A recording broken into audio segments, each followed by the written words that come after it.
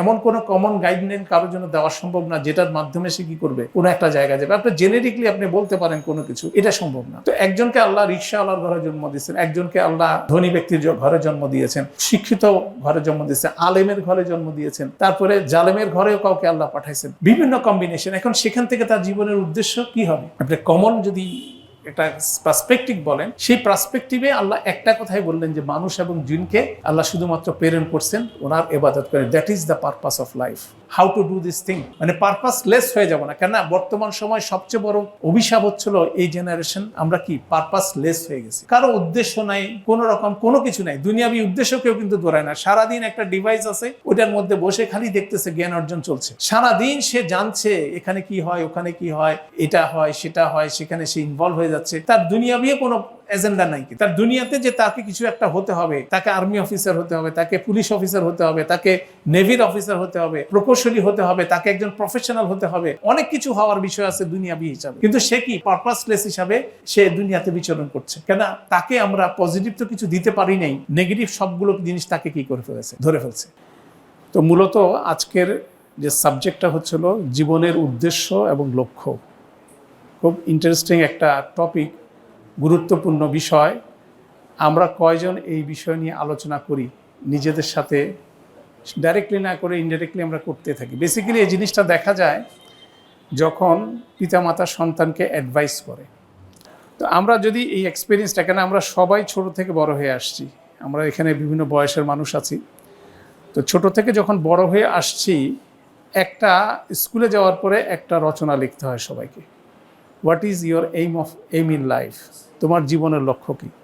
তো আমার যতটুকু মনে আছে যে আমার জীবনের শিক্ষা জীবনে আমি ইংরেজি এবং বাংলা দুইটা একই রচনা মুখস্থ করে রেখেছিলাম। যদি বাংলায় আসে এটা দিব, ইংরেজি আসলে একই জিনিস দিব। তো এইভাবে আমাদের কিছু রচনার কমন ছিল, যেগুলো আমরা কি করি, এইভাবে আমাদের ইন্ট্রোডাকশনটা হচ্ছে এইভাবে। কিন্তু আপনি আমি কোনোদিন আমার সন্তানের সাথে কি আলাপ করেছি what is your aim in life? আমরা কাউকে জিজ্ঞাসা করি, বাচ্চা যখন ঘরে আসে, কোনো গেস্ট আসে, একটা ইয়াংস্টারকে জিজ্ঞাসা করি তুমি জীবনে কি হতে চাও? বিভিন্ন মানুষ বিভিন্ন, মানে এটা হচ্ছে একটা মানে কিশোর বয়সের একটা ছেলে বা মেয়ের সাথে যখন আলোচনা হয় তখন কিন্তু এটা একটা কমন প্রশ্ন।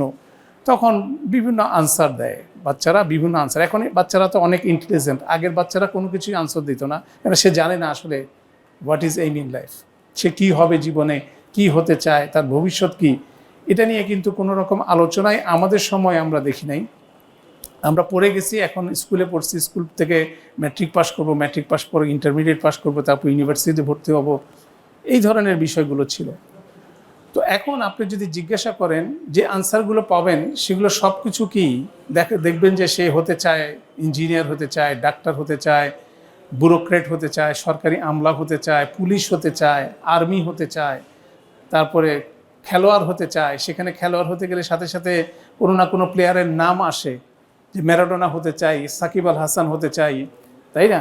তারপরে সিনেমার নায়ক নায়িকা হতে চাই, ঠিক আছে? বিভিন্ন আইকন এখনকার যমুনায় যদি দেখেন, বাচ্চাদের জিজ্ঞাসা করবেন, ইউটিউব ইন্টারনেটে তারা ঢুকে বিভিন্ন রকম ধনী মানুষের নাম শুনে ইলন মাস্ক হতে চাই।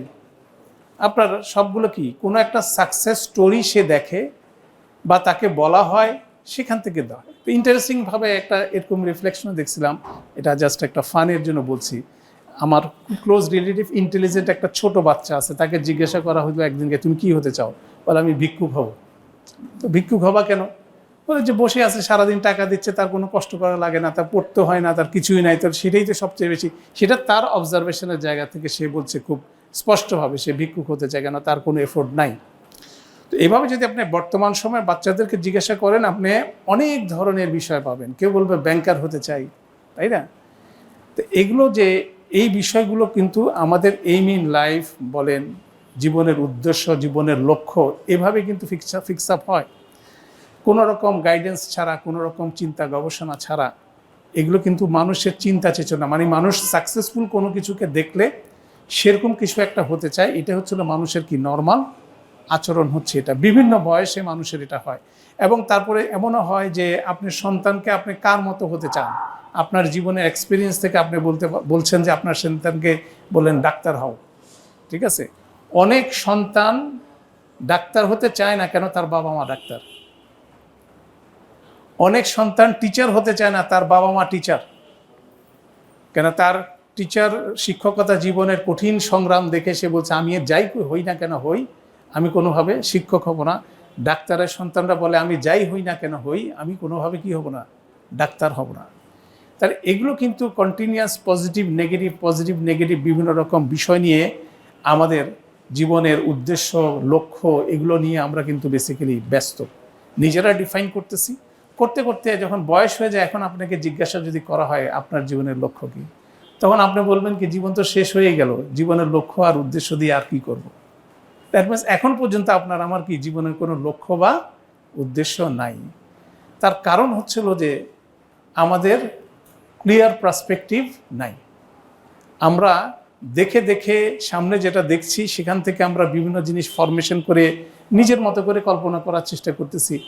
আমরা এটা নিয়ে কোনো কনক্লুশন এখন পর্যন্ত অনেকে আসতে পারে নাই, বাই হার্ট কনভিকশনের জায়গা থেকে আসি নাই। এটা কিন্তু কমন অবস্থা, সবারই কিন্তু অবস্থা। অতএব এটা কিন্তু একটা গুরুত্বপূর্ণ আসপেক্ট, যেটা গুরুত্বপূর্ণভাবে আমাদের গুরুত্বের সাথে চিন্তা করা উচিত ছিল অনেক আগেই। যে যত সুন্দরভাবে আগে চিন্তা করতে পারছে সে কিন্তু তার সাকসেস আসছে। ইভেন কি দুনিয়াবী ক্ষেত্রে যদি একটা ছেলে যদি বুয়েটে ভর্তি হতে চায়, আপনি যদি ঢাকা শহরের বাস্তবতা যদি বলেন বুয়েটে সে ভর্তি হবে, তাহলে ঢাকা শহরে তাকে কি করতে হবে, ভালো একটা স্কুলে ভর্তি হবে। তার বাবা মা ভর্তি করাবে কোন সেন্ট জোসেফ স্কুলে ভর্তি করাবে, কারণ ওখানে একটা ডিসিপ্লিন আছে, সেখানে পড়াশোনা সুন্দরভাবে টাইট আছে। তো সেখান থেকে সে যখন পাশ করবে তার নটরডেম কলেজে ইজিলি সে কী করবে, চলে যেতে পারবে। সে নটরডেম কলেজে যাবে, নটরডেম কলেজে সারা বাংলাদেশ থেকে সমস্ত মেধাবী ছাত্ররা এসে জমায়েত হয়, তাদের সাথে কম্পিট করে যখন সে পড়াশোনা করে, সে বুয়েট মেডিকেলের টিকার মতো ইলিজিবিলিটি তার মধ্যে ডেভেলপ করে এবং আলটিমেটলি সেখান থেকে বুয়েটে অথবা ঢাকা মেডিকেলে ভালো ভালো ইনস্টিটিউশনে সে কী করে, চান্স পায়। অতএব এই যে প্ল্যানিংটা তাকে কখন করতে হচ্ছে, যে সচেতন পিতামাতা যদি তার সন্তানকে বুয়েটে ভর্তি করাতে চায় বা ঢাকা মেডিকেলে ভর্তি করাতে চায়, ভালো শিক্ষা প্রতিষ্ঠানে করতে হয়, তখন তাকে প্ল্যান করতে হবে যখন বয়স তার হচ্ছে 4 বছর বয়স। 4 বছর বয়স থেকে এমন সব স্কুলে তাকে লাইন আপ করতে হবে যেই স্কুলগুলোতে প্রি স্কুলিং করে সে ক্লাস 3-তে সেন্ট জোসেফ স্কুলে ভর্তি হতে পারে। তাকে রেডি করতে হবে, কেন কম্পিটিটিভ এক্সাম, সেখানে যখন সে ঢুকাচ্ছে তারপরে সেখান থেকে সে একটা সময় ম্যাট্রিক পাস করে নটরডেমে ঢুকতেছে, সেখান থেকে বুয়েট মেডিকেল যেখানে ঢুকতেছে। অতএব কত আগের প্ল্যানিং তার এটা। আর যারা সেই সময় আলস্য করছে, যারা যথাযথভাবে সে পরিকল্পনা করছে না, তখন যখন কোনো রকম উদ্দেশ্যহীনভাবে বিভিন্ন স্কুলে পড়াচ্ছে, তারপর দেখা যাচ্ছে কিছুই হচ্ছে না, ম্যাট্রিকও ঠিক মতো পাস হয় না, ইন্টারমিডিয়েটও হয় না, অথবা ইংলিশ মিডিয়ামে ঢুকে গেছে, বিভিন্ন রকম কাহিনী হচ্ছে। তারপর একসময় বলবো যে এদেশে আর থাকা যাবে না, বিদেশ চলে যাব, বিদেশ চলে যাচ্ছে। লক্ষ্যহীনভাবে দুনিয়ার আসপেক্টেও যদি আপনি চিন্তা করেন, সেখানে কিন্তু সাকসেস কি আসছে না। কেন আমরা কারো সাকসেস দেখে কিন্তু পরিকল্পনা করতেছি এই লোকটা কিভাবে আসে। মফস্বল থেকে যারা আসে, যারা বিভিন্ন জেলা শহর থেকে আসে, তারাও ওরকম কোনো একজনকে দেখে তার পদাঙ্ক অনুসরণ করে কিন্তু তার ক্যারিয়ার প্ল্যানিংটা করে। এগুলো কিন্তু সবগুলো কিন্তু প্রচেষ্টার একটা, পরিকল্পনার একটা বিষয় কিন্তু আছে, তাই না? তো এটা আমি আপনাদের বললাম আর কি, দুনিয়ার বিভিন্ন রকম এফোর্ট মানুষ নিয়ে থাকে। তারপর গুরুত্বপূর্ণ আসপেক্ট হচ্ছিল যে আমি কি হব, আসলে আমার কি ক্যাপাসিটি আছে, আমি সেই অনুযায়ী তো চিন্তা করব যে আসলে আমি কি হতে চাই বা কি কোন জায়গায় আমি যাব কি। তো সেক্ষেত্রে কি আমি চিন্তা করতে পারি সব সময়? তখন আমার কোনো না কোনো অভিভাবক থাকেন, আমার পিতা মাতা থাকতে পারেন বা চাচা ফুপু থাকতে পারেন, যারা সাকসেসফুল, তারাও বিভিন্নভাবে আমাদেরকে গাইড করেন, আমরা বিভিন্নভাবে সাকসেসের রাস্তায় চলে যাই। এগুলো হচ্ছে সব দুনিয়ার হিস্ট্রি। এখন আপনি চিন্তা করলেন যে ঠিক আছে, অনেক পরিকল্পনা করে আপনি বুয়েটে ভর্তি হলেন, বুয়েটে ঢোকে আপনি সেখান থেকে ইঞ্জিনিয়ার হলেন, ইঞ্জিনিয়ার হয়ে দেন হোয়াট? আপনি 20 বছর পরিকল্পনা করে আপনি ইঞ্জিনিয়ার হলেন, দেন হোয়াট? বের হয়ে দেখলেন কোনো চাকরি নেই। সরকারি চাকরিতে ঢুকলেন, সেখানে অবৈধ কাজের মিলন মেলা বলতে পারেন, সেখানে আপনি কি করবেন সেটাও আরেকটা প্রশ্ন। সেখানে ফ্রাস্ট্রেশন হবে, দেশে হবে না, বিদেশে চলে যাচ্ছে। দ্যাট মিনস ওইটাকে উদ্দেশ্য করে নিচ্ছি, তারপর সেখান থেকেও কিন্তু আবার উদ্দেশ্যবিহীনভাবে চলে যাচ্ছি। আবার আমরা অনেকে সরকারি চাকরিতে ঢুকতেছি, একটা সময় ফ্রাস্ট্রেট হয়ে বসে যাচ্ছি, এত কিছু করে এ কাজ করার অর্থটা কি? অতএব দেখা যাচ্ছে নোবডি ইজ স্যাটিসফাইড, যতই প্ল্যানিং করুক না কেন, ডিসস্যাটিসফ্যাকশন নিয়ে কিন্তু মানুষ জীবনযাপন করছে। বৃদ্ধ বয়সে আপনি পিছন দিকে তাকায় গবেষণা করা শুরু করতেন, ওই ছেলেটা এই করছে, ওইটা করলে এইটা হতো, ওইটা হলে ওইটা হতো, বিভিন্ন রকম ক্যালকুলেশন আমরা করছি। তাহলে দেখা যাচ্ছে যে জীবনের উদ্দেশ্য, জীবনের লক্ষ্যগুলো আমরা বিভিন্নভাবে ডিসাইড করে কেউ কেউ কিছু দূর যেতে পারছি, কিন্তু আলটিমেটলি কোনো রকম সাকসেস কিন্তু আমাদের জীবনে আমরা আনতে পারছি না। তো এটা হলো আমাদের চিন্তা ভাবনার চেতনার জায়গা থেকে আমরা বলছি যা আমরা করি বেসিক্যালি। অথচ যিনি আমাদেরকে সৃষ্টি করেছেন তিনি স্পষ্ট করে আমাদের জীবনের পারপাস বলে দিয়েছেন। এটা কি কেউ জানি আমরা? আল্লাহ পরিষ্কারভাবে আরবিতে আপনাদেরকে বলি যে একটা আয়াত আছে সূরা জারিয়াতের মধ্যে 56 নম্বর আয়াতে বলছেন আল্লাহ, ওয়ামা খালাকতুল জিন্না ওয়াল ইনসানা ইল্লা লিয়াবুদুন। আল্লাহ সুবহানাহু ওয়া তাআলা মানুষকে সৃষ্টি করছেন, মানুষ জিনকে একমাত্র পারপাস হচ্ছে কি, তারা কি করবে? আল্লাহর ইবাদত করবে। তাহলে আপনার আমার সৃষ্টির উদ্দেশ্য কি? আল্লাহর ইবাদত করব। তাহলে সেটাকে বাদ দিয়ে আর সমস্ত যা কিছু আছে সব কিছু আমরা নিজেদের মতো করে কি করছি? চিন্তা করছি। তাহলে ইবাদত করলে আপনার সাকসেস কোথায় আসবে? ইবাদত করলে তাহলে আমাদের তো জীবনের পারপাস এবং লক্ষ্য যদি বলেন, ইবাদত যদি করি, সাকসেসটা কোথা থেকে আসবে? সাকসেসটাকে আপনি ভিজুয়ালাইজ করবেন কিভাবে? সে ভিজুয়ালাইজেশনে কোরআন মজিদে বলছে যারা সাকসেসফুল তারা কোথায় যাবে? জান্নাতে যাবে। যারা ব্যর্থ তারা কোথায় যাবে? জাহান্নামে যাবে। যারা ইবাদত করতে পারবে না তাদের পরিণতি হচ্ছিল জাহান্নাম, যারা ইবাদত করতে পারবে তাদের পরিণতি হচ্ছে কি? জান্নাত। সেটাই হচ্ছে আলটিমেট লক্ষ্য এবং উদ্দেশ্য। আপনার আমার জীবনের জান্নাতে যেতে হবে। কেন? আমাদের অরিজিনেশন হয়েছে কোথায়? জান্নাতে। সে বর্ণনাও আল্লাহ কোরআন মজিদে বলে দিয়েছেন যে আদম আলাইহিস সালামকে সৃষ্টি করে ওনাকে কোথায় প্লেস করছেন? জান্নাতে প্লেস করছেন। তারপরে আল্লাহর আদেশ যখন যথাযথভাবে প্রতিপালন করতে ব্যর্থ হলেন তাদেরকে দুনিয়াতে নামায় দেওয়া হলো, এবং তারপরে তাদেরকে কি করতে হবে? তাদেরকে সংশোধিত হয়ে কি আবার জান্নাতে ফিরে যাওয়ার চেষ্টা করতে হবে। দ্যাট ইজ দ্য, সেইভাবে করে কোরআন মজিদে আপনার স্পষ্ট করে আমার অরিজিনেশন বলে দিচ্ছেন। আমার কোত্থেকে, আমি কে, বেসিক্যালি আমার অরিজিনেশন কে? যা কিছু আমরা দেখতেছি সেটা কি আমার অরিজিনেশন? অতএব এই জিনিসগুলো কিন্তু চিন্তা গবেষণার ব্যাপার আছে। সেই চিন্তা গবেষণা করার খোরাকটা কিন্তু আমাদের ডে ওয়ান থেকে নাই। আমরা সেই চিন্তা ভাবনা করি না। আমরা দুনিয়াতে আসা পড়ার সাথে সাথে কি দুনিয়াবি হিসাবে আমরা হিসাব মিলানোর চেষ্টা করি। দুনিয়াতে এক একজন এক এক পরিবারে এক এক রকম পরিস্থিতি, এটা পারমুটেশন কম্বিনেশন বললে কত রকম পরিস্থিতিতে মানুষ দুনিয়াতে আসে এবং অবস্থান করে, এটার কোনো হিসাব মানুষ এখন পর্যন্ত করতে পারবে না। প্রত্যেকেরই কি একটা ইউনিক সিচুয়েশন আছে। প্রত্যেকটা মানুষের একটা ইউনিক সিচুয়েশন, তার আর্থসামাজিক এবং পারিবারিক সমস্ত মেধাগতভাবে, শারীরিকভাবে, মানসিকভাবে সমস্ত গঠন মিলে একটা প্রতিটা মানুষ হচ্ছে ইউনিক একটা কেস। এখন যদি আপনি যদি আমাকে বলেন আমার জীবনের উদ্দেশ্য হওয়া কি, উচিত কি, এটা কিন্তু আমার পক্ষে বলা সম্ভব না। এটা কোনোভাবে আমার পক্ষে বলা না। এমন কোনো কমন গাইডলাইন কারোর জন্য দেওয়া সম্ভব না যেটার মাধ্যমে সে কী করবে? কোনো একটা জায়গায় যাবে। আপনি জেনেরিকলি আপনি বলতে পারেন কোনো কিছু, এটা সম্ভব না। তো একজনকে আল্লাহ রিকশাওয়ালার ঘরে জন্ম দিয়েছেন, একজনকে আল্লাহ একজন ধনী ব্যক্তির ঘরে জন্ম দিয়েছেন, শিক্ষিত ঘরে জন্ম দিয়েছেন, আলেমের ঘরে জন্ম দিয়েছেন, তারপরে জালেমের ঘরেও কাউকে আল্লাহ পাঠাইছেন, বিভিন্ন কম্বিনেশন। এখন সেখান থেকে তার জীবনের উদ্দেশ্য কি হবে? আপনি কমন যদি একটা পার্সপেক্টিভ বলেন, সেই পার্সপেক্টিভে আল্লাহ একটা কথাই বললেন যে মানুষ এবং জিনকে আল্লাহ শুধুমাত্র প্রেরণ করছেন ওনার ইবাদত করে। That is the purpose of life. সেটাই হচ্ছে এইম ইন লাইফ। এবং সেই জায়গা থেকে কিন্তু আমরা এখন বললেন যে হ্যাঁ, এটার অর্থ কী? সেটার অর্থ যখন বলতেছি সেই অর্থটা আমরা বুঝি না।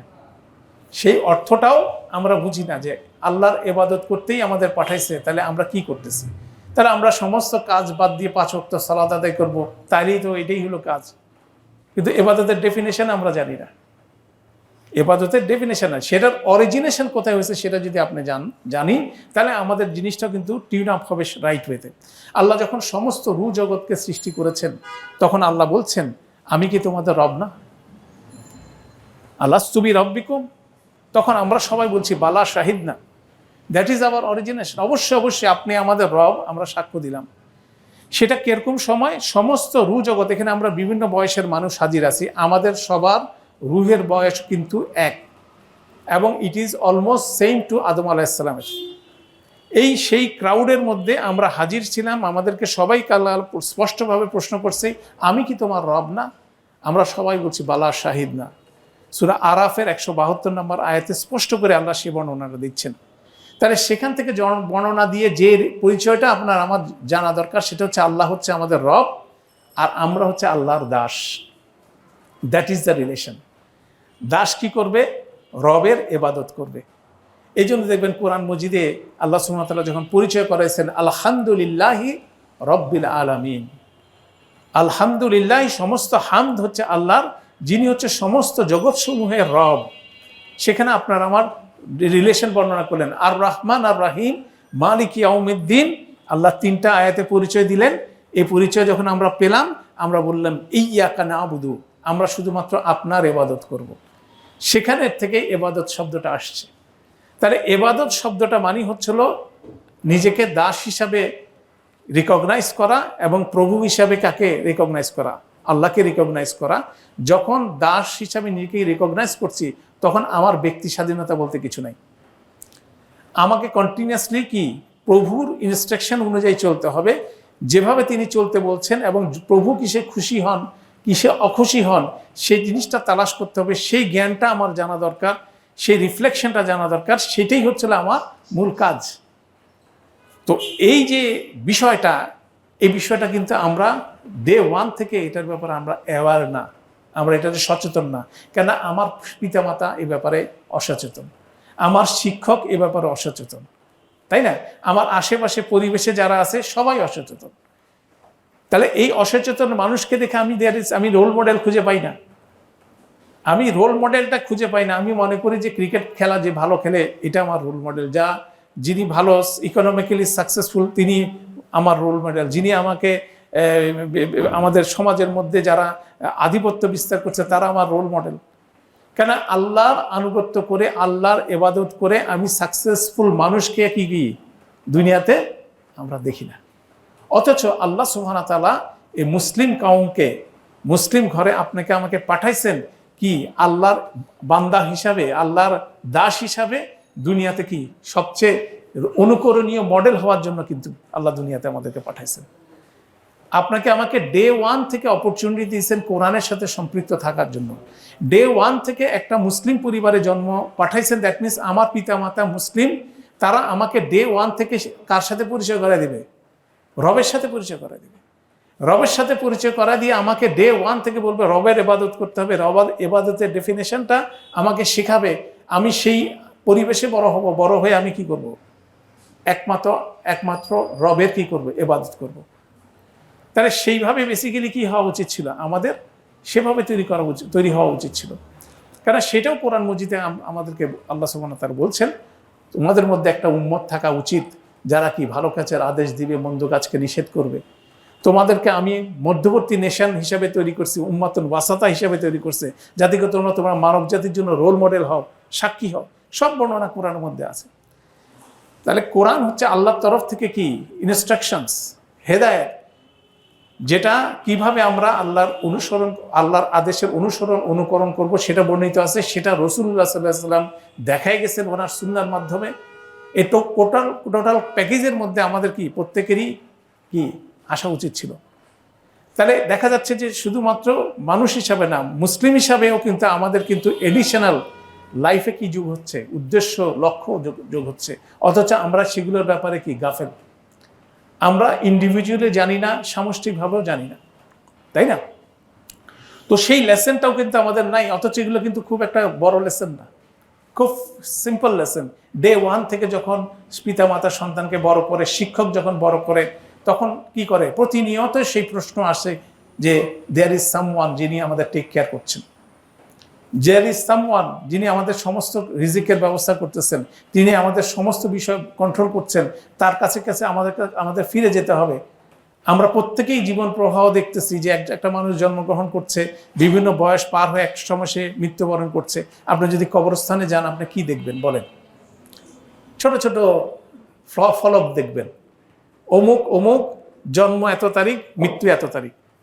আপনি কবরস্থানে হাঁটেন, দেখবেন আপনার চেয়ে বয়সে অনেক বড় মানুষও আছে, বয়সে অনেক ছোট আছে, বয়সে এমন অনেক বড় মানুষ আছে যারা জীবনের স্থায়িত্বকাল ছিল 5 মাস, আপনার জন্মের আগে তার জন্ম। কিন্তু সে জীবনে দুনিয়াতে ছিল 5 মাস, কে ছিল 5 বছর, কে ছিল 10 বছর, কে ছিল 90 বছর। বিভিন্ন রকমের মানুষ কি আসছে যাচ্ছে, আসছে যাচ্ছে। ঠিক একইভাবে আমাদের পরিবার পরিজনের মধ্যে দেখতেছি, আমার দাদাকে আমি দেখছি চলে গেছেন, দাদিকে দেখছি চলে গেছেন, নানা নানি চলে গেছেন, এখন নাই। ঠিক আছে, অনেকের বাবা মা চলে গেছেন, আত্মীয় স্বজন চলে গেছেন, খুব ক্লোজ মানুষ ছিল, তারাও কি পৃথিবীতে নাই। তাহলে আমাদের যে পৃথিবী থেকে চলে যেতে হবে, আমাদের যে একটা এক্সিট হবে, সেটাই হচ্ছে সবচেয়ে বড় সত্য। যারা আমরা জীবনের মধ্যে এখন বিচরণ করতেছি, আমার সামনে সবচেয়ে বড় সত্য কি? মৃত্যু। ন্যাচারালি প্রশ্ন আসে, মৃত্যুর পরে কি হবে? তাহলে মৃত্যুর পরে কি হবে, সেজন্য যত স্টোরি আপনি দেখেন, ইভেন কি অ্যামং দ্য অল রিলিজিয়ান, এটা মক্কা থেকে একটা সুন্দর কম্পারেটিভ রিলিজিয়ানের উপর একটা টেক্সট ওনারা বের করছিলেন। সেখানে ওনারা what is the purpose of life হিসাবে ওনারা গবেষণা করে দেখাইছেন যে প্রতিটা ধর্ম, পৃথিবীতে 6টা বড় বড় ধর্ম আছে, যেমন খ্রিস্ট ধর্ম আছে, ইসলাম ধর্ম আছে, হিন্দু ধর্ম আছে, ইহুদি ধর্ম আছে, তারপরে আপনার বৌদ্ধ ধর্ম আছে, তারপরে আপনার শিখদের ধর্ম আছে। 6টা ধর্মের উপরে স্টাডি করে ওনারা একটা পেপার বের করছেন। ওনার পেপার করে দেখাইছেন প্রতিটা ধর্মে পরকালের কনসেপ্ট আছে, বিভিন্ন রকম কনসেপ্ট আছে, বিভিন্ন রকম বিষয় আছে। তারা পরকালে এই করলে এই হয়, মানে দ্যাট মিনস এই কালে আপনাকে এমন কিছু করতে হবে যাতে পরকালে আপনি বেটার ওয়েতে থাকতে পারেন। কমন ট্রেন্ড, সব জায়গায় একই বর্ণনা আছে, কিন্তু সেখানে বর্ণনার মধ্যে কি ভ্যারিয়েশন আছে। তাহলে দুনিয়াতে আপনি ভালো কাজ করবেন, ফল পাবেন কি আখিরাতে। কেননা সবগুলো অরিজিনেটেড ফ্রম আদম আলাইহিস সালাম, এটা ভিন্ন কোনো জায়গা থেকে আসে নাই। আদম আলাইহিস সালামের পর থেকে যে দিন মানুষের মধ্যে প্রবাহিত হয়েছে, সেগুলো বিভিন্নভাবে বিকৃত হয়েছে, বিভিন্নভাবে ডেভিয়েটেড হয়েছে, সেখান থেকে বিভিন্ন থ্রেড দেখা যাচ্ছে। আর অনলি সত্য ধর্ম হচ্ছে কি ইসলাম ধর্ম, যেটার কিতাবটা এখন পর্যন্ত ইনটেক আছে, আর কারো কিতাব কি ইনটেক নাই। অতএব সেটা যেটা বলছে সেটাই কিন্তু আলটিমেটলি রিয়েল পিকচার দিচ্ছে, আলটিমেটলি কি ঘটতে যাচ্ছে। তাহলে দেখা যাচ্ছে যে এই দায়িত্ব নিয়ে কিন্তু আমরা দুনিয়াতে অপারেট করছি। তাহলে আমাদের অরিজিনেশন যদি আমরা না জানি, তাহলে আমাদের উদ্দেশ্যটাকে বোঝা যাবে না। আমরা কোথা থেকে আসছি? আমরা সবাই জান্নাত থেকে আসছি। আমাদের সবার ভিতর কি আছে? রূহ আছে। আমরা কে আসলে? বেসিক্যালি আমাদের মধ্যে বলতে পারেন 3টা এন্টিটি আছে। এটা কিন্তু গুরুত্বপূর্ণ। আমার একটা ফিজিক্যাল এন্টিটি আছে, একটা সাইকোলজিক্যাল এন্টিটি আছে, আর একটা কি আছে? আমার একটা স্পিরিচুয়াল এন্টিটি আছে। এটা এখন ডাক্তাররা স্বীকার করেন যে আগে শুধু ফিজিক্যাল হেলথের কথা বলতেন, তারপরে ওনারা মেন্টাল হেলথের কথা বললেন, এখন ওনারা কিন্তু স্পিরিচুয়াল হেলথের কথা বলা হয়। যে একটা মানুষকে যদি সুস্থ থাকতে হয়, তার ফিজিক্যালি ভালো থাকতে হবে, মেন্টালি ভালো থাকতে হবে, স্পিরিচুয়ালি ভালো থাকতে হবে। এবং স্পিরিচুয়ালি হেলথ যেটা হচ্ছে, সেটা হচ্ছে আপনার আমার ভিতরকার যে রূহ আছে, দ্যাট ইজ আমাদের ফিজিক্যাল হেলথটাকে কি করে? এনহ্যান্সমেন্ট করে। এবং সেই রূহর বিষয়টাই হচ্ছিল কি? বিষয়টা হচ্ছে আপনার আমার জীবনে আলটিমেটলি লক্ষ্য কোথায়, আলটিমেট লক্ষ্যের দিকে আমি যেতে পারছি কিনা। কেন সেই হচ্ছিল সবচেয়ে বড় সাক্ষী যে আল্লাহর সান্নিধ্যে ছিল। সে হচ্ছে সবচেয়ে বড় সাক্ষী যে আল্লাহর সাথে কথা বলছে, এবং সে জানে কি আপনাকে আমাকে ওখানে ফেরত যেতে হবে। সেই এন্টিটা আপনার মধ্যে আমার মধ্যে আছে। এই জন্য কোরআন মজিদের কথা সে রুহুর কাছে সবচেয়ে বেশি কি লাগে? সবচেয়ে পরিচিত লাগে। আপনি যতগুলো রিভার্ট স্টোরি দেখবেন, মানুষ যখন ভিন্ন ধর্ম থেকে বা ইসলাম ধর্মের মধ্যে অবিশ্বাসের স্থান থেকে বিশ্বাসের জায়গায় আসে, যখন সে কোরআন মজিদের সংস্পর্শে আসে, তখন তার একটা ফিলিংস হয়। ফিলিংসটা হচ্ছিল, এটা তো আমি আগে থেকেই জানি, মানে আমি তো এতদিন এটাই খুঁজছিলাম। তাহলে সে কোত্থেকে খুঁজলো? সে কোত্থেকে জানলো? সে কোত্থেকে খুঁজলো যে এখানে যেটা বলা হচ্ছে সেটা সে জানে অলরেডি। কেন সে হচ্ছিল সেই রু এন্টিটি আপনার মধ্যে, এবং সেটার হেলথ যদি ভালো না থাকে, আপনি আমি ভালো থাকবো না। সেটা যদি রাইট ডিরেকশনে না যায়, সে জায়গায় আমি যেতে পারবো না। তাহলে আমাদের এরকম একটা এন্টিটি আমাদের মধ্যে কাজ করে, এবং সে পটেনশিয়াল জায়গা থেকে তাহলে দুনিয়াতে আসছি অ্যাজ এ টেস্ট হিসাবে। আইয়ুকুম আহসানু আমালা, তোমাদের মধ্যে আমলে কে উত্তম, সেজন্য আল্লাহ সুবহানাহু ওয়া তাআলা পরীক্ষা করবেন, সেজন্য দুনিয়াতে প্রেরণ করেছেন। এবং বিভিন্ন ফর্মে কোরআন মজিদে আপনি সেই জিনিসগুলো দেখবেন, বিভিন্ন আয়াতে প্লে করছে। এবং সেখান থেকে যে জিনিসটা হচ্ছিল কর্মে কি উত্তম, সেটাই আল্লাহ দেখবেন। এখানে যা কিছু স্ট্যাটাস আছে, এগুলো সব টেম্পোরারি। শুক্রবারে আপনার জুমাবারে কেন সূরা কাহাফ পড়তে বলা হয়, সেখানে স্পষ্ট করে বলা হচ্ছে এই পৃথিবীতে যা কিছু দেখছেন সব কি হয়ে যাবে? সাইয়েদান জুরুজা, ধ্বংস হয়ে যাবে, কিছুই থাকবে না। যতই বড় অট্টালিকা বানান, যত বড় অ্যাপার্টমেন্টের জন্য আমরা প্রতিযোগিতা করে, একটা অ্যাপার্টমেন্ট লাগবে, একটা প্রাসাদ লাগবে, একটার জায়গায় 5টা বাড়ি লাগবে, কোনো কিছুই থাকবে না, সব কি হয়ে যাবে? মিশে যাবে। একজন আফসোস করতেছে ওনার আছে আমার নাই, করছে না? ওনার আছে আমার নাই, আফসোস চলতেছে না, আমি কেন এরকম হলাম না, চলছে না? কোনো কিছুই থাকবে না। Fraction of second, fraction of minute, even কি ফ্র্যাকশন অফ আওয়ার, ক্ষমতাবান ব্যক্তি ক্ষমতা শূন্য হয়ে যাচ্ছে 45 মিনিটের মধ্যে। রিসেন্ট ঘটনা যেটা, খুব ক্ষমতাশালী ব্যক্তি নাই হয়ে গেলেন কি, ওনাকে 45 মিনিট সময় দেওয়া হয়েছে। আরো ক্ষমতাবান ব্যক্তিরা কি সেকেন্ডের মধ্যে নাই হয়ে যাচ্ছে, তাই না? তাহলে এই যে প্রভাব যখন দেখছে, তখন সেই স্ট্যাটাস থেকে মানুষের উদ্দেশ্য যদি আখেরাত হয়, সেক্ষেত্রে সে কোনো সময় ফ্রাস্ট্রেটেড হবে না। সে কমপ্লেন করবে না যে আমার হাতের 5টা আঙ্গুল 5টা সাইজ, কোনো সময় কমপ্লেন করবে? 5টা সাইজের 5টা আঙ্গুল দেওয়া আছে, এটা কি আছে? এটার ইউটিলিটি আছে। এটা যদি সমান হইতো তাহলে কি করতেন আপনি বলেন? আপনার কোনো কিছু জিনিস গ্রিপের মধ্যে আনতে পারতেছেন, আল্লাহ একদম মাপ দিয়ে কিন্তু 5টা আঙ্গুল। এখন যদি একটা আঙ্গুল বলে আমি কেন ছোট, ও বড় কেন হবে? তাহলে প্রত্যেকের কি প্রত্যেকটা আঙ্গুলের যেমন একটা পারপাস আছে, প্রতিটা মানুষের কি একটা জীবনের পারপাস আছে। আল্লাহ তাকে কোনো একটা দায়িত্ব দিয়ে পাঠাইছেন, কোনো একটা পজিশনে পাঠাইছেন, তার প্রাইমারি কাজ হচ্ছিল কি সে দায়িত্বটা পালন করা। দুইটা জিনিস, একটা হচ্ছিল কি তার দায়িত্ব আছে, একজন আরেকজনের কি আছে, অধিকার আছে। অধিকার এবং দায়িত্ব প্রতিটা মানুষের মধ্যে বিরাজমান, যে তার কিছু অধিকার আছে, তার কিছু দায়িত্ব আছে, সেগুলো তাকে প্রতিপালন করতে হবে কি যেভাবে আল্লাহ বলছেন সেভাবে। তার মধ্যে একটা কি ভিতরকার বেসিক একটা কম্পাস আছে, মোরাল কম্পাস আছে। সে ভালো কাজ করার সাথে সাথে বুঝে ভালো কাজ কি করলো, মন্দ কাজ করার সাথে সাথে বুঝে মন্দ কাজ কি করলো, সেটা অটোমেটিকলি তাকে অ্যালার্ম দেয়।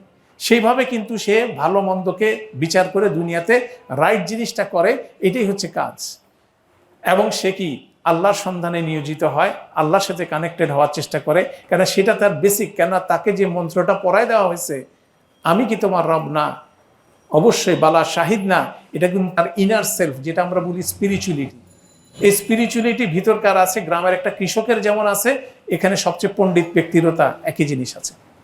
অতএব আপনি বলতে পারবেন না যে আল্লাহ কাউকে বেশি কিছু দিছে, কম কিছু দিছে, কোনো কিছু দেয় না। যাকে যেরকম দিছে সেই জায়গা থেকে, একটা জায়গা থেকে তাকে কি করতে হবে, তাকে কানেক্ট করতে হবে যে তার জীবনের পারপাসটা কি। তাহলে পারপাসটা যদি হয়, পারপাসটা যদি আমি বুঝি, সেটা হচ্ছে পারপাস হচ্ছে কি আল্লাহর ইবাদত করা। আরো স্পেসিফিকলি বলি রবের ইবাদত করা। মানে কথাগুলোর মধ্যে কি একটু পার্থক্য আছে, কিন্তু আল্লাহর ইবাদত করা, রবের ইবাদত করা। রবের ইবাদত করা মানে কি উবুদু রব্বাকুম, তোমাদের রবের কি করো, ইবাদত করো। তাহলে রবকে চিনতে হবে, রবকে চিনতে হবে। ইবাদত কি জিনিসটা চিনতে হবে। রবের যদি বলেন বিভিন্ন রকম অ্যানালাইসিস আছে, 5টা ডাইমেনশন আছে। রব একটা কম্পাউন্ড নেম আল্লাহর। প্রথম ডাইমেনশন হচ্ছে তিনি হচ্ছিল কি আল মালিক, তিনি হচ্ছে প্রভু। তিনি প্রভু হলে আমরা কি দাস। সেকেন্ড হচ্ছিল তিনি হচ্ছিল আল মুরব্বি। মুরব্বি মানে হলো কি, তিনি হচ্ছিল প্রতিপালক, আমরা প্রতিপালিত। তিনি আল মুনিম, তিনি গিফট দেন, আমরা গিফট গ্রহীতা। তিনি আল কাইয়ুম আস সাইয়্যিদ, তিনি সব কিছু দাঁড়ায় থেকে প্রায়োরিটি বেসিসে ম্যানেজ করেন। আস সাইয়্যিদ মানে তিনি সব কিছুর উপর প্রতাপশীল। এই 5টা ডাইমেনশনের মাধ্যমে আপনাকে আমাকে বলতে হবে, বুঝতে হবে তিনি কিভাবে রব্বুল আলামিন। সমস্ত, শুধু আমার না, এই সমাজের প্রতিটা মানুষের কি রব হচ্ছে তিনি। সবচেয়ে ক্ষমতাবান ব্যক্তিটার রবও তিনি, সবচেয়ে নিগৃহীত ব্যক্তিটার রবও তিনি, তিনি সবচেয়ে জালিম ব্যক্তিটার রবও তিনি, মাজলুম ব্যক্তিটার রবও তিনি, তিনি রব্বুল আলামিন। তো সেই রব আমাদের কি কিছু কি দিচ্ছেন, ইনস্ট্রাকশন দিচ্ছেন।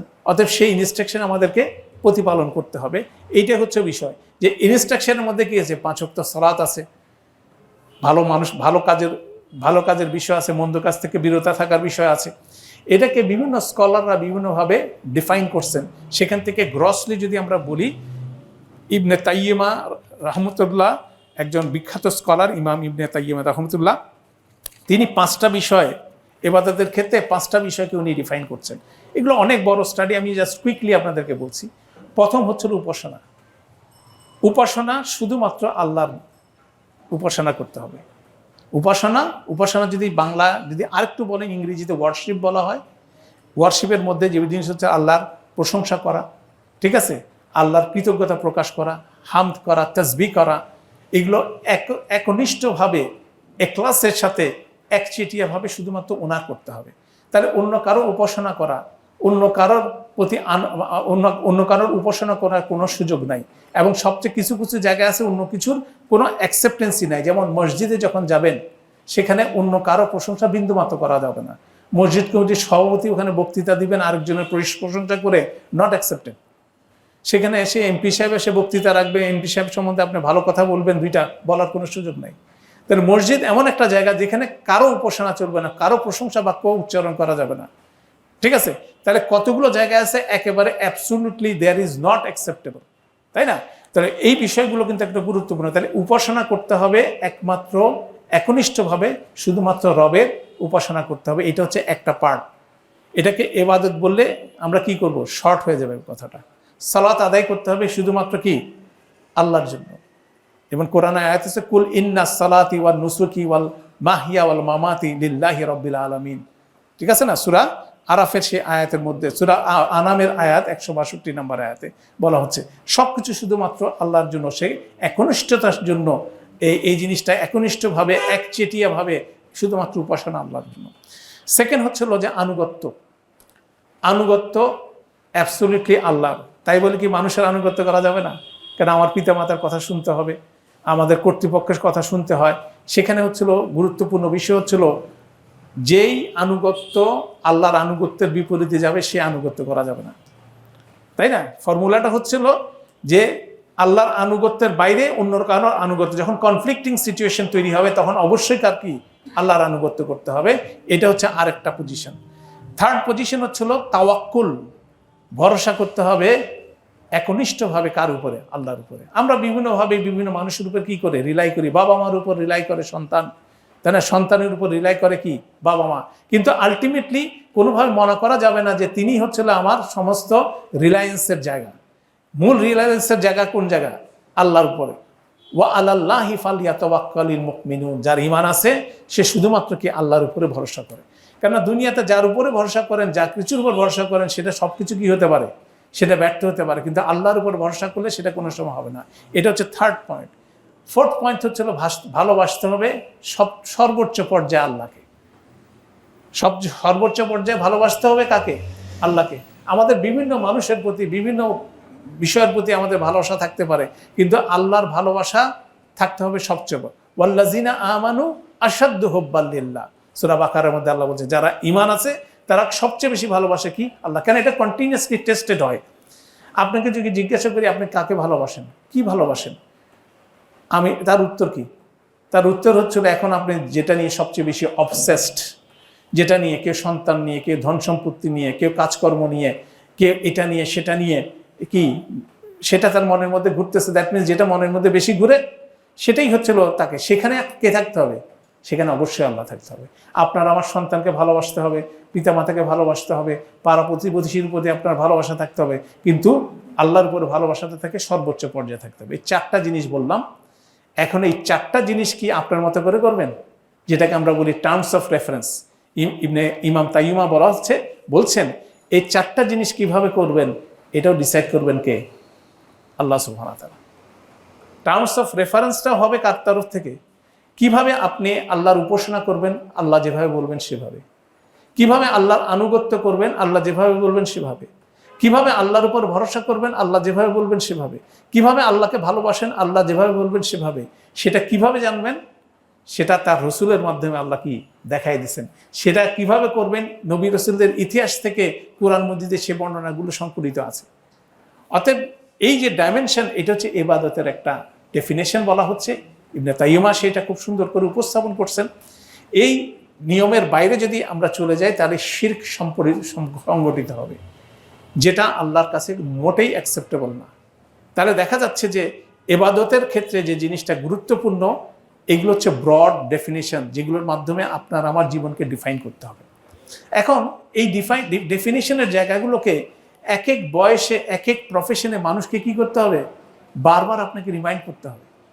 ফ্রেমটা যদি আপনার আমার মধ্যে থাকে, তখন একটা বাচ্চাকে যখন আপনি বড় করছেন, তার অনেক প্রশ্ন আসছে, তাকে কি করতে হবে? সেই অনুযায়ী উত্তরগুলো দিতে হবে। কোনো অবস্থায় আল্লাহ ছাড়া কারো উপাসনা করা যাবে না, সেরকম যদি পরিস্থিতি হয় তাকে সতর্ক করতে হবে। কোনো অবস্থায় আল্লাহর আনুগত্যের বাইরে যাওয়া যাবে না। যদি ডেভিয়েশন হয় সাথে সাথে সতর্ক করতে হবে, এবং কোনো অবস্থায় আল্লাহর উপরে সবচেয়ে বেশি ভরসা করতে হবে, এবং আল্লাহকে ভালোবাসতে হবে, এবং আল্লাহ যেভাবে বলছে সেভাবে এই সমস্ত কাজগুলো করতে হবে। এই যে প্রেসক্রিপশন আমি আপনাকে বললাম সবার জন্য প্রযোজ্য। প্রতিটা পয়েন্টে যে সুপারভাইজার আছে সব সাবঅর্ডিনেটকে বলবে। এখন আপনি দেখেন কোনো জায়গায় এভাবে আপনাকে শেখানো হয়েছে?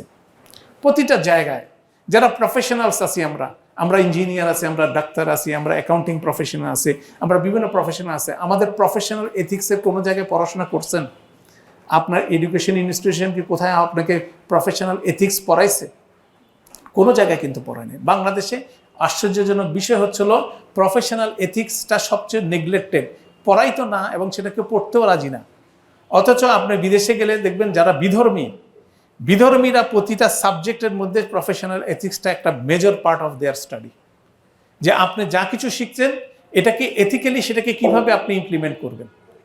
ঠিক একইভাবে আমাদের এডুকেশন থাকা উচিত ছিল যে আমি যা কিছু প্রফেশনালি একজন টিচার হিসাবে আমি আমার রোল প্লে করতেছি, তাহলে আমার রোল প্লের ক্ষেত্রে আমার এথিক্স, আমার রিলিজিয়াস এথিক্স কী হবে, কোন জায়গাটা, আমার জীবনের পারপাসটা কীভাবে এখানে প্রতিফলিত হবে।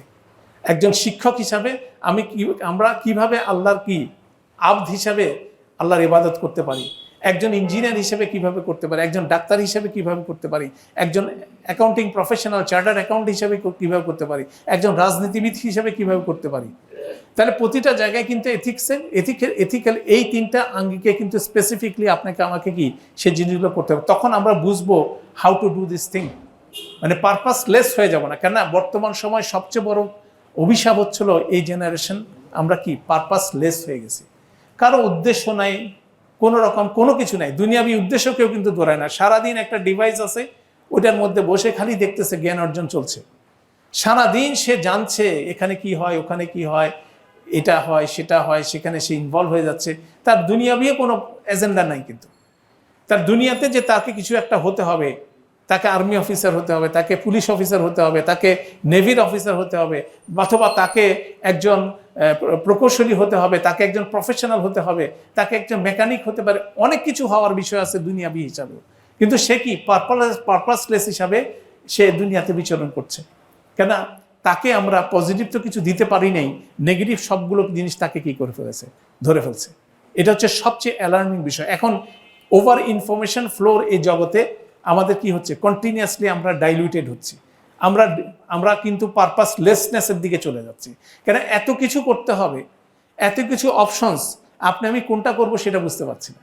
অথচ আল্লাহ সুবহানাহু ওয়া তাআলা আমাদেরকে পরিষ্কার করে বলছেন, আমার 5 ওয়াক্ত সালাত আদায় করা তো একটা সারাদিনে একটা বড় কাজ। আপনি যদি করেন, আপনারা যারা হজ উমরাতে যাচ্ছে দেখবেন 5 ওয়াক্ত সালাত আদায় করতে কিন্তু সারাদিন চলে যাচ্ছে।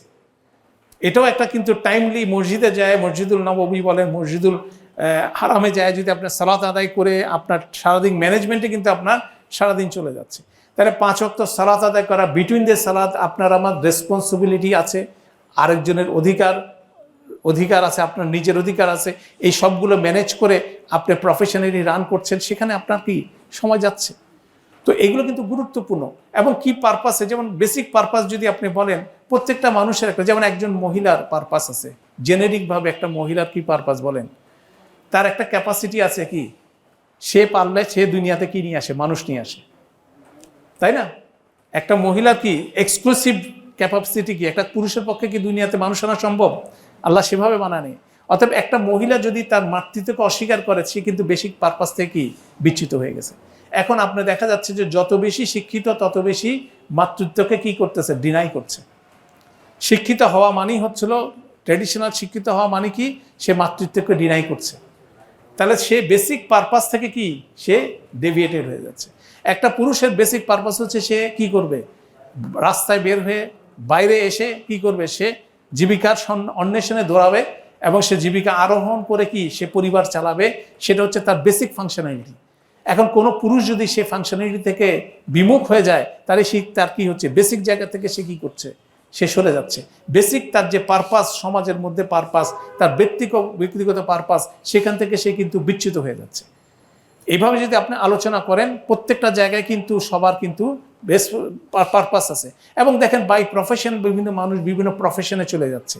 যখনই যার প্রফেশনে চলে যাচ্ছে, ইট ইজ অলমোস্ট এটা তার কদর, সেই অ্যাসপেক্টে কিন্তু সেই প্রতিটা প্রফেশনের কি আছে, প্রতিটা প্রফেশনের কিছু না কিছু চাহিদা আছে, কিছু না কিছু দায়িত্ব আছে, কিছু না কিছু অধিকার আছে, অতএব সেই জিনিসগুলো তাকে প্রতিপালন করতে হবে। তাহলে গ্রসলি যদি আপনি চিন্তা করেন, এই আলোচনাটা কিন্তু হওয়া উচিত। সে আলোচনাটা হওয়ার মাধ্যমে যে জিনিসটা আমাদের মধ্যে আসা উচিত, আমাদেরকে সবাইকে পারপাসফুল হওয়া উচিত, আমাদের পারপাস থাকা উচিত। এই দেখেন, আমরা শুধুমাত্র আল্লাহর ইবাদত করব, আমাদেরকে ইবাদতের জন্য তৈরি করছে। এই বৃদ্ধ বয়সে আপনার কি টার্গেট আছে? আপনি হচ্ছে সবচেয়ে উৎসাহিত ব্যক্তি হবেন এই জন্য আমি তো টার্গেটের কাছাকাছি চলে আসছি। অথচ আমরা যে কোনো সময় টার্গেটের কাছাকাছি, যদিও বাস্তবতা সেটাই, কেন আপনার আমার এক্সিটের সাথে সাথে কিন্তু আমি আইদার কোথায় যাব, জান্নাতে না হলে জান্নামে আমার ডেস্টিনেশন ফিক্স আপ হয়ে যাবে। অতএব সেটা যেমন আছে, যাকে আল্লাহ দীর্ঘ সময় দিচ্ছেন তাকে সংশোধনের অপরচুনিটি আল্লাহ দিচ্ছেন। এটা হচ্ছে বড় জিনিস। আপনি এক সমস্ত জীবন পার করে আসছেন, আসার পরে আপনার মনে কোনো দ্বিধাদ্বন্দ্বের কোনো অবকাশ নেই। অতএব এখন আপনার আমার কর্ম কি? নিজেকে সংশোধন করা। কোনো কনফিউশন, কোনো কারণ নাই যে আমি ওকে খুশি করার জন্য আমি এটা করব না বা এটার থেকে আমি বিরত থাকবো, এটা আমাদের কোনো রকম কোনো সুযোগ নাই। আল্লাহর অপছন্দের জায়গায় সারা জীবন অবস্থান করছি, এখন কি করতে হবে? এটাকে অ্যাবান্ডন করে আল্লাহর পছন্দের জায়গার মধ্যে আসতে হবে। এটা হচ্ছে একজন বয়স্ক ব্যক্তির সবচেয়ে বড় হেকমা হচ্ছে ওটা। উনি যদি একজন হেকমাপূর্ণ একজন মানুষ হয়ে থাকেন, একটু চিন্তাশীল মানুষ হয়ে থাকেন, তাহলে চিন্তা করবেন কি, ওনার পারপাস যদি সেই সময় উনি বুঝতে পারেন, ওনার টার্নিংটা হবে সবচেয়ে বেশি স্ট্রং। কেন? তিনি সমস্ত হিস্ট্রি চ্যাপ্টার পার করে আসছেন, পার করে এসে দেখছেন যে যাই লক্ষ্য উদ্দেশ্য নিয়ে জীবনে ফিক্স করছি সবগুলো ছিল কি যথাযথ ছিল না। এখন যথাযথ হচ্ছে কি, আমাকে যেতে হবে এই পাশে। এখন যদি আমি সারা জীবন ঘুষের কারবার করছি, ঘুষগুলোকে অ্যাবান্ডিং করে যদি আমি ফেলে দেই, আল্লাহর কাছে ক্ষমা করছি, আরেকজনের অধিকার নষ্ট হয়েছে, আমার বাড়িঘর যা আছে সব আমি সেল অফ করে দিব, কি করব? যেখানে যার অধিকার হরণ হয়েছে আমি দিয়ে দিব। কেন? আমি যদি এই কাজটা করতে পারি, আমার জন্য কি আছে? আমার জন্য সবচেয়ে বড় রিওয়ার্ড আছে কি? জান্নাতে আমাকে আল্লাহ দিবেন, এর চেয়ে বড় জিনিস। এই কনভিকশন একজন কি হবে? একজন বয়স্ক লোকের পক্ষে সম্ভব। তার জন্য তাকে আল্লাহ স্পেশাল প্রিভিলেজ দিছে, তাকে দীর্ঘ সময় দুনিয়াতে দিছে। অথচ তিনিও তখন চিন্তা করতেছেন যে আল্লাহর উপর রিলায়েন্স তার মধ্যে নাই। সে চিন্তা করতেছেন কি, যে আমাকে কে দেখবে? তাই না? অনেকের বয়স্ক মানুষের মধ্যে আমাকে কে দেখবে, সন্তানদের পিছনে সন্তানদের আকাঙ্ক্ষা অনুযায়ী আমরা দৌড়াচ্ছি যে আমাকে কে দেখবেন। আর সারা জীবন আপনাকে দেখছে কে? সারা জীবন আপনাকে দেখছে কে? আপনার সন্তানও দেখেন, আপনার যাদেরকে মনে করছেন এখানে একজন, তিনিই দেখছেন রব কন্টিনিউয়াসলি আপনাকে আমাকে দেখছেন, যতই ওনার বিরোধিতা করি না কেন সেইগুলো। অতএব সেটাও কিন্তু একটা উইজডম। এবং ওই যে কথাটা বললাম যে যেখানে আমাদেরকে দেখাতে হবে ইউ আর সাকসেসফুল। কি সাকসেস মানে? একটা মানুষ কত সুন্দর, কত peaceful, that is the ultimately. যে যত পিসফুল ওয়েতে জীবনযাপন করছে, কন্টেনমেন্ট নিয়ে, প্রশান্তি নিয়ে জীবনযাপন করতেছে, দ্যাট ইজ আলটিমেটলি সাকসেস। কোনোভাবে আপনি বলতে পারেন না ধন সম্পদ সাকসেস। একটা রিক্সাওয়ালা মাথায় একটা ইট দিয়ে এসে ঘুমাইতেছে, আর আমরা ওষুধের পর ওষুধ খেয়ে আলিশান বাড়িতে বসেও কিন্তু আমাদের কিন্তু ঘুম হচ্ছে না। তাহলে আমি সুখী নাকি সেই লোকটা সুখী? তাই না? এগুলো কিন্তু বুঝতে কিন্তু খুব রকেট সায়েন্সের দরকার হয় না, আমরা কিন্তু বুঝি। কেন? যার যত সম্পদ কম তার হিসাব তত সহজ দুনিয়াতেও, আর যার যত বেশি কমপ্লেক্স ওয়েতে আমরা সম্পদ আরোহণ করছি, অন্যের অধিকার হরণ করে সেগুলো করছি। অন্যের অধিকার হরণ করা ছাড়া একজনের মানুষের পক্ষে ঢাকা শহরে BMW গাড়ি চালানো সম্ভব না। যদি আপনি আমাকে বলেন যে হালাল টাকা একটা ঢাকা শহরে একটা মানুষ BMW গাড়ি চালায়, মার্সিডিজ বেঞ্জ গাড়ি চালায়, হ্যাঁ, বিশাল বিশাল বাড়ির মালিক হয়, এটা এই ইকোনমি বলে না, এই ইকোনমি বলে না। যদি আমি সেরকমভাবে যদি আমি মনে করি টাকা অর্জন করে আমি, ইনহেরিটেন্স ভিন্ন জিনিস, ইনহেরিটেন্সের হিসাব আলাদা। কিন্তু কেউ যদি বলে আমি কর্ম করিয়া ইহা অর্জন করিয়াছি, ইহা কিন্তু এই ইকোনমি অ্যালাউ করে না। কেননা আমি কোনো না কোনো জায়গায় মানুষকে কি করছি? ডেপ্রাইভ করছি। আইদার আমরা কি করছি? খাবারে ভেজাল দিছি, কোনো জায়গায় বাণিজ্যের মধ্যে গণ্ডগোল করছি, অথবা অন্যের অধিকার হরণ করে সেখানে দুর্নীতির মধ্যে ইনভলভ হয়েছি। এটা ছাড়া অন্য কোনো পদ্ধতিতে এটা কিন্তু সম্ভব না। তাহলে দেখা যাচ্ছে যে বেসিক্যালি এই টিউনিপটা দরকার, এবং এই টার্ন করার অপশনটা কিন্তু সবসময় আমাদের জন্য ওপেন। আমরা কোনোভাবে মনে করতে পারি না যে আমার জীবনের সময় শেষ হয়ে গেছে। আমাদের জীবনের সামনে কি? প্রত্যেকের জীবনের সামনে প্রসপেক্ট আছে। প্রসপেক্টটা কি? সঠিক জিনিসটা বুঝে আজকে তওবা করে ফিরে যাওয়া, সঠিক কাজটা করা। সঠিক জিনিসটা বুঝে তওবা করে আজকে যদি আমি সঠিক কাজটা করতে পারি, আল্লাহ সূরা ফুরকানে পরিষ্কার করে বলছেন যে পূর্বের দিনের সমস্ত পাপগুলোকে আল্লাহ পুণ্যতে পরিণত করে দিবেন যদি সেইভাবে আমরা আল্লাহর দিকে ঘুরতে পারি। দ্যাট মিনস কি, আল্লাহকে রব হিসাবে মেনে একনিষ্ঠভাবে তার ইবাদত করতে পারি। যে পারপাসে আল্লাহ আমাদেরকে সৃষ্টি করেছেন, যে উদ্দেশ্য নিয়ে আমাদেরকে সৃষ্টি করেছেন, সেই উদ্দেশ্যটা প্রতিপালন করার সুযোগ কিন্তু শেষ মুহূর্ত পর্যন্ত আমাদের আছে। অতএব আমরা আজকে যারা শুনছি আমরা মনে করতে পারি না যে আমার সময় শেষ হয়ে গেছে। আর যার যত আগে এই রিয়েলাইজেশন হবে তার মর্যাদা কি হবে, তত বেশি হবে।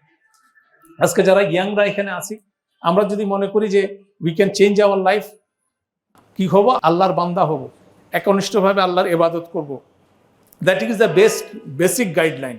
এটার বিপরীতে আপনি প্রফেশনাল হিসেবে, ব্যবসায়ী হিসেবে কি করবেন, ডিসাইড ইয়োর সেলফ। এটা ডিসাইড করতে আপনাকে কিন্তু কারো কাছ থেকে বিদ্যা নেওয়ার দরকার নাই। আপনি নিজেই বুঝবেন কোনটা করণীয়, কোনটা বর্জনীয়। ঠিক আছে, আমি যে প্রফেশনের হই, পিতা হই, মাতা হই, সন্তান, মানে সবগুলো রোল আছে। একটা মানুষ পারিবারিক রোল আছে, সামাজিক রোল আছে, ব্যবসায়িক রোল আছে, তারপরে দেশের প্রতি তার একটা রোল আছে। বিভিন্ন সমস্ত রোলগুলোকে যদি আমরা সামারি করি, তাহলে সবগুলো রোলের মধ্যে তাকে কি করতে হবে, তাকে প্রমাণ করতে হবে যে সে হচ্ছে আল্লাহর ইবাদ, এবং সেটা অর্জন করাটাই হচ্ছিল কাজ। আর মুসলিম উম্মার মধ্যে আমাদের গুরুত্বপূর্ণ কাজ হচ্ছিল কি, আমাদের রোল মডেল হওয়া। আমাদেরকে রোল মডেল, যাতে করে আমাদের যারা পরবর্তীতে আসবে তারা যাতে আপনার আমার মতো হতে চায়। সেই জিনিসটা যে অনেকে বলে, যে অনেকের ধারণা যে আপনি দিন ধর্ম করলে আপনি ফকিরের মতো চলবেন। It's not true. এটা বিভ্রান্তিকর কনসেপ্ট। কাদের? এটা ক্যাথলিকদের কনসেপ্ট, মনে রাখবেন। খ্রিস্টানদের মধ্যে একটা গ্রুপ আছে ক্যাথলিক, তারা কি করে, তারা বিয়ে শাদী করে না, সবচেয়ে বাজে পোশাক পরে, তারা খুব গরিবী হালেতে চলে, এবং তারা বলার চেষ্টা করে দুনিয়াতে কি এটা স্যাক্রিফাইস করে আখেরাতে সে সাকসেসফুল হবে। এরকম অনেক অ্যাটিটিউড ইসলাম ধর্ম যারা করে তাদের মধ্যেও আছে, তাদের মধ্যেও এই ধরনের আচরণ আছে। It is not the right way. আপনাকে আমাকে সাকসেসফুল পার্সন হিসাবে কি নিজেকে ডেমনস্ট্রেশন করতে হবে। সেখানে আপনার সম্পদও আল্লাহ দিবে, কেন আপনাকে আল্লাহ সম্পদ দিবে, আপনি সম্পদ কি করবেন, ব্যয় করবেন মানুষের জন্য। আমি হালাল পন্থায় কি আয় করব, হালাল পন্থা কি আল্লাহ রাস্তায় খরচ করব, তখন আল্লাহ মানুষ দেখতে পারবে যে এই লোকটার ব্যবসা সহি এবং তার জীবনে সে কাজের স্কোপ অনেক বেশি। এবং ইতিহাস থেকে যদি আপনি দেখেন, অনেক রোল মডেল আছে।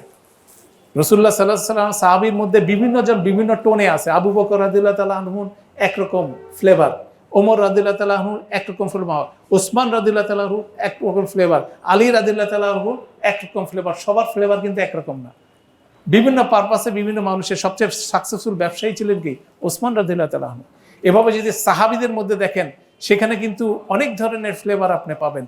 তাদেরকে আপনি কি মনে করতে পারেন রোল মডেল হিসাবে আনতে হবে।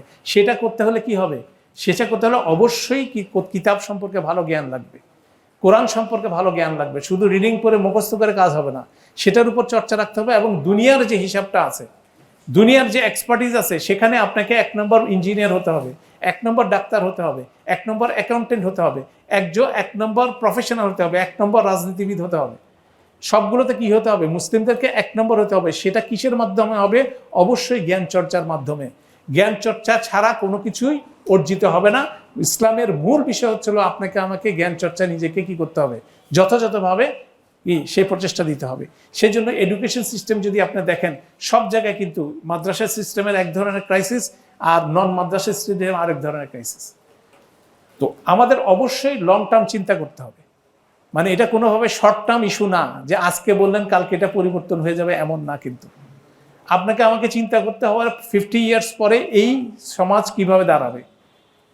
ক্ষমতার প্রতিযোগিতায় আজকে এর ঘাড়ে কালকে ওর ঘাড়ে উঠে বসে থাকলাম, এটা কোনোভাবে গ্রহণযোগ্য না। এখন আমাদের জন্য কিছুদিনের জন্য আল্লাহ আমাদের জন্য একটা ফেভারেবল সিচুয়েশন দিয়েছেন।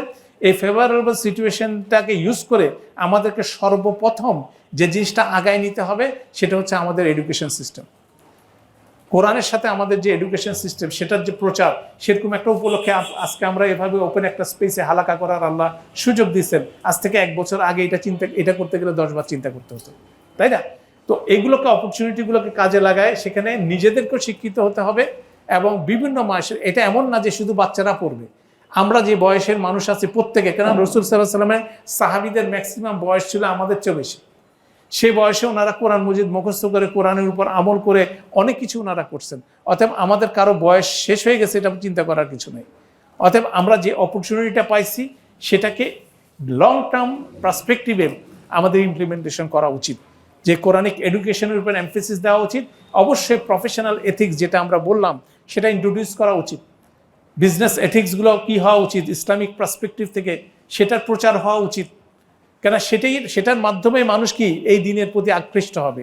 এই উপমহাদেশে ইসলাম প্রচার হয়েছে মুসলিমদের কি বিজনেস এথিক্স দেখে, কিন্তু এই অঞ্চলের মানুষ কি মুসলিম হয়েছে। অতএব সেটা হচ্ছে বড় একটা দাওয়াতি বিষয়, এবং সেই জিনিসগুলো আমরা ভুলে যেয়ে কি করছি, আমরা অন্য ধরনের আচরণ করছি, তাই না? কেন আমরা আল্লাহর এবাদ হতে পারছি না। মূল ক্রাইসিসটা হচ্ছিল কি, আমরা আল্লাহর যথাযথ এবাদ হতে পারতেছি না, আমরা এবাদত করতে পারতেছি না, এবাদত করার বিষয়টা আমরা বুঝতেছি না। অতএব এই বিষয়গুলো কিন্তু রিভিউ হওয়া উচিত। সেজন্য খুব সামারি কথা, আমাদের জীবনের উদ্দেশ্য লক্ষ্য হচ্ছিল আল্লাহর এবাদ হওয়া। আল্লাহ কোরআন মজিদে একটা বাক্য দিয়ে বলে দিয়েছেন, আল্লাহ জিন এবং মানুষকে সৃষ্টি করেছেন শুধুমাত্র তার এবাদত করার জন্য, এবং এবাদত করতে হলে কি করতে হবে সেই জিনিসটা আমরা আজকে খুব সংক্ষিপ্ত আকারে জেনেরিক ওয়েতে বললাম, যেটা জেনেরিক একটা ফ্রেম আমার কাছে। আল্লাহর ইনস্ট্রাকশন মানতে হবে, আল্লাহর উপাসনা করতে হবে, আল্লাহর আনুগত্য করতে হবে, আল্লাহর উপর ভরসা করতে হবে, আল্লাহকে ভালোবাসতে হবে, এবং সব কিছু করতে হবে আল্লাহ যেভাবে বলছে। এখন এই জেনেরিক প্ল্যাটফর্মটা আপনার আমার প্রত্যেকের রোল যেখানে আছে, হাউস ওয়াইফ কীভাবে করবে, বাড়ির কর্তা কিভাবে করবে, কারখানার মালিক কিভাবে করবে, রাজনীতিবিদ কিভাবে করবে, প্রফেশনাল কিভাবে করবে, রিক্সা চালক কিভাবে করবে, দোকানদার কিভাবে করবে, বাসের ড্রাইভার কিভাবে করবে, প্রত্যেকের জন্য কিন্তু কমন ফর্মুলা, প্রত্যেকের জন্য কিন্তু কমন ফর্মুলা। আমাদের পারপাস হচ্ছে আল্লাহ যেভাবে বলছেন সেভাবে মানতে হবে, এবং আল্লাহ আমাদেরকে বিভিন্ন স্ট্যাটাস দিচ্ছে, যেরকম হাতের 5টা আঙ্গুল 5টা সাইজ, বিভিন্ন স্ট্যাটাস দিচ্ছেন, কিন্তু সেখানে যার যার জায়গা থেকে সঠিক কাজটা করে দিতে হবে। এটা যদি করতে পারি তাহলে আমরা আলটিমেটলি সাকসেসফুল। আমাদের সাকসেস অবশ্যই ডিটারমাইন্ড বাই আখেরাত। দুনিয়াতেও আমাদের সাকসেস আসবে, কিন্তু আখেরাত হচ্ছে এর চেয়ে বড়। অতএব দুনিয়াতেও আমাদেরকে সাকসেস দেখাতে হবে, এটা হচ্ছে গুরুত্বপূর্ণ বিষয়। আমরা দুনিয়াতে ফকিরের মতো চলবো, এটা আমাদের মুসলিম জাতির নোশন হতে পারে না। মুসলিম মানেই হচ্ছিল সে দরিদ্র মানুষ, এটা কিন্তু এই জিনিস কিন্তু আল্লাহ আমাদেরকে এভাবে করেন নাই। আমরা আল্লাহর রাস্তায় চলে কিন্তু আমরা কি হতে পারি, আমরা পিসফুল মানুষ হতে পারি। আমাদের সম্পদ বেশিও থাকতে পারে, কমও থাকতে পারে, কিন্তু আমরা পিসফুলের রোল মডেল হিসেবে কি করতে পারি, আমরা দুনিয়াতে বিচরণ করতে পারি। আপনি যদি এখন পর্যন্ত যদি দেখেন যারা রিলিজিয়াসলি অপারেট করে, দে আর মাচ মোর পিসফুল, এবং সেটাকে হাইলাইট করা উচিত এন্ড অফ দি ডে। হ্যাঁ, এবং সেটাকে প্রচার করলে তখন আপনার আমার যারা পরবর্তী জেনারেশন আপনাকে আমাকে ধরে ইন্সপায়ার্ড হবে, আমি কি হতে চাই, আমি একজন পিসফুল শান্তিপ্রিয় মানুষ হতে চাই, আমি একজন আলেম হতে চাই।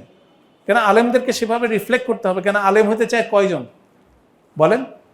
আমাদের এখানে সমাজে যদি বলেন কে কে আলেম হতে চায়, মাদ্রাসার গণ্ডিতে যে পড়ছে সে প্রথম কয়েক বছর কি বলবে, আমি আলেম হতে চাই। কেন অনেকেরই দেখবেন স্কুলে ঢুকছে কার মতো হতে চাই, ম্যাথ টিচারের মতো হতে চাই, কেন সে দেখছেই অঙ্কের শিক্ষককে, অর্থাৎ তাকে ভালো লাগছে, তার মতো হতে চায়। অতএব এই ইন্সপিরেশনগুলো, এই উদাহরণগুলো যদি আমরা তৈরি করতে পারি তাহলে কি হবে, যে গ্র্যাজুয়ালি একটা পরিবর্তন আমাদের মধ্যে আসবে। কিন্তু এখান থেকে যদি এই এডুকেশন থেকে যদি আমরা নিজেকে বিচ্যুত করে ফেলি, এখান থেকে যদি পিছনের দিকে থাকি, তাহলে কিন্তু এই পরিস্থিতিতে আমরা স্থায়ী হয়ে যাব। কেন এটা একদিনে হয় নাই, এই পরিস্থিতিটা কিন্তু একদিনে হয় নাই।